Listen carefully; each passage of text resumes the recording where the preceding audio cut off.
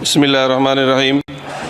जनाब सदर, मैं आपकी तवज्जो इस तरफ चाहता हूँ आपके माध्यम से कि मैं वाहिद आदमी हूँ इस सदन में जिसमें वन मैन कमेटी आपके द्वारा बनाई गई सरकार के, और मैं उसमें पेश हुआ 123 प्रॉपर्टी में। जस्टिस आर्यन ने जो रिपोर्ट पेश की आज तक वक्फ बोर्ड को नहीं बताया गया, चूँकि वो आपकी मंशा के खिलाफ थी और गवर्नमेंट की मंशा के मुताबिक नहीं थी।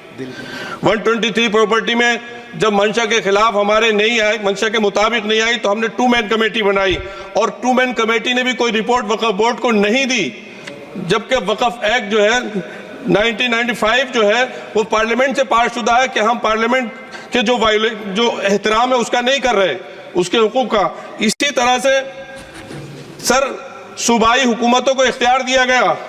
सर हिंदू एंडोमेंट में जो कर्नाटका और तमिलनाडु में है वहां कोई मुस्लिम नहीं हो सकता, और 26 में आर्टिकल 26 का वायोलेशन है। 4 धाम में ये लिखा हुआ वाज़े तौर पर कि सिर्फ हिंदू होगा। बिहार उड़ीसा में भी यही लिखा हुआ है। पंजाब हरियाणा में गुरुद्वारा प्रबंधक कमेटी में सिर्फ सिख होगा ओनली, और ये उनका अधिकार है जिसको माना गया है। लेकिन मुस्लिम के साथ में यह अन्याय क्यों है?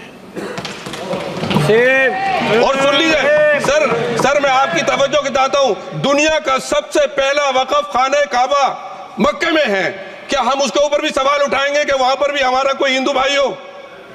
हम अपने वकार को, अपनी इज्जत को, अपने मुल्क की, अपने शान को, अपने संविधान को खुद अपने पैरों तले रौंद रहे हैं। और वक़फ़ एक मुसलमानों का मजहबी अमल है, एक मजहबी फरीजा है। इससे उनको महरूम कॉन्स्टिट्यूशन के जरिए से भी कोई ताकत नहीं कर सकती।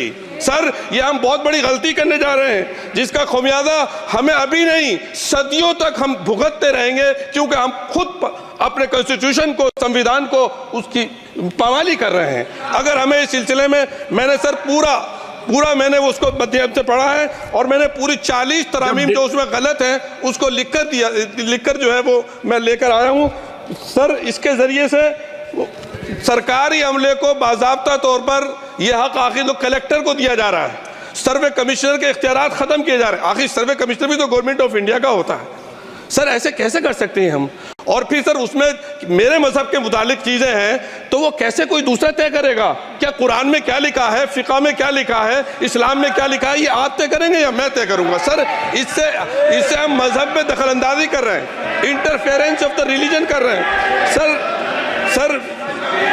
सर इस तरह के कवानीन से मुल्क की शाख को नुकसान पहुंचेगा।